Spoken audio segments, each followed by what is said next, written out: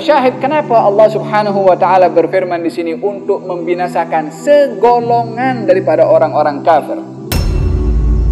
Sebab apa yang sudah menjadi kebiasaan Rasulullah sallallahu alaihi wa ala alihi wa sahbihi wasallam di dalam dakwahnya itu masih mengharap kepada orang-orang yang menyakiti kepada Rasulullah agar supaya mereka mendapatkan hidayah dari Allah Subhanahu wa taala untuk beriman kepada Rasulullah.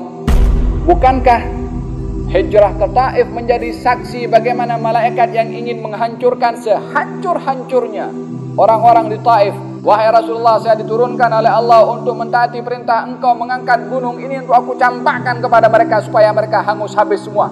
Yakni dijatuhi oleh gunung yang begitu besar di Mekah. Dan tujuannya untuk membantai habis. Hanya nunggu lampu hijau daripada Rasulullah. Apa kata Nabi? Hancurkan mereka. Jangan tinggalkan seorang pun. Kata baginda Rasulullah, tidak. Aku masih mengharapkan orang-orang yang masih ada dalam sulbi mereka itu yang beriman kepada agama aku. Sulbi siapa? Sulbi orang yang melempar Rasulullah, sulbi orang yang memaki Rasulullah, sulbi orang yang melukai Rasulullah. Ini ta'amul yang perlu ditulis dengan tinta. Kalau ada yang lebih berharga daripada emas, kita akan ungkapkan dengan kata-kata itu. Berta'amul, bersikap dengan orang yang memusuhi dengan sikap yang begitu luhur dan tinggi. Seperti Rasulullah SAW, kita bersikap dengan kita punya saudara macam kita bersikap dengan orang yang tidak ada hati dan perasaan. Kepada saudara seiman, kepada saudara seagama, lenyap akhlak Nabi SAW daripada kaum muslimin. Liyaqta'a tarafan minal ladzina kafaru. Allah ingin menghancurkan segolongan daripada kaum musyrikin dengan tujuan agar supaya segolongan yang lain masih boleh mendapatkan hidayah dari Allah Subhanahu wa taala. Dalam peperangan yang Uhud yang saya kisahkan itu, baginda Rasulullah yang banyak mengeluarkan darah dan ditadahkan darah itu dengan tangan beliau, baginda sallallahu alaihi wasallam bersabda, bagaimanakah sebuah kaum itu, segolongan kaum itu boleh berjaya yang mana kaum itu membantai, melukai Nabi mereka.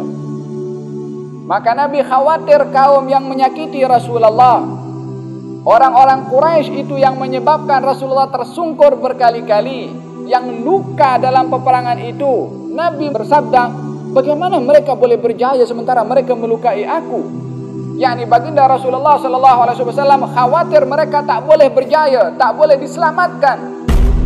Maka as-sahabah mengatakan, ya Rasulullah, kalau begitu doakan supaya mereka hancur. Kata Nabi SAW sebagaimana dalam Sahih Muslim, ya Allah, berilah hidayah kepada mereka, sesungguhnya mereka tidak tahu saya ini Rasul kepada mereka. Yang didoakan itu yang ingin membunuh Nabi. Yang didoakan oleh Nabi SAW melakukan hidayah yang memerangi Rasulullah SAW. Mudah-mudahan akhlak seperti ini ada di hati kita dalam interaksi kita dengan orang-orang Islam bersama kita. Kalau ini akhlak Rasulullah kepada orang bukan Islam, orang yang memerangi Rasulullah, apatah lagi kepada kaum muslimin.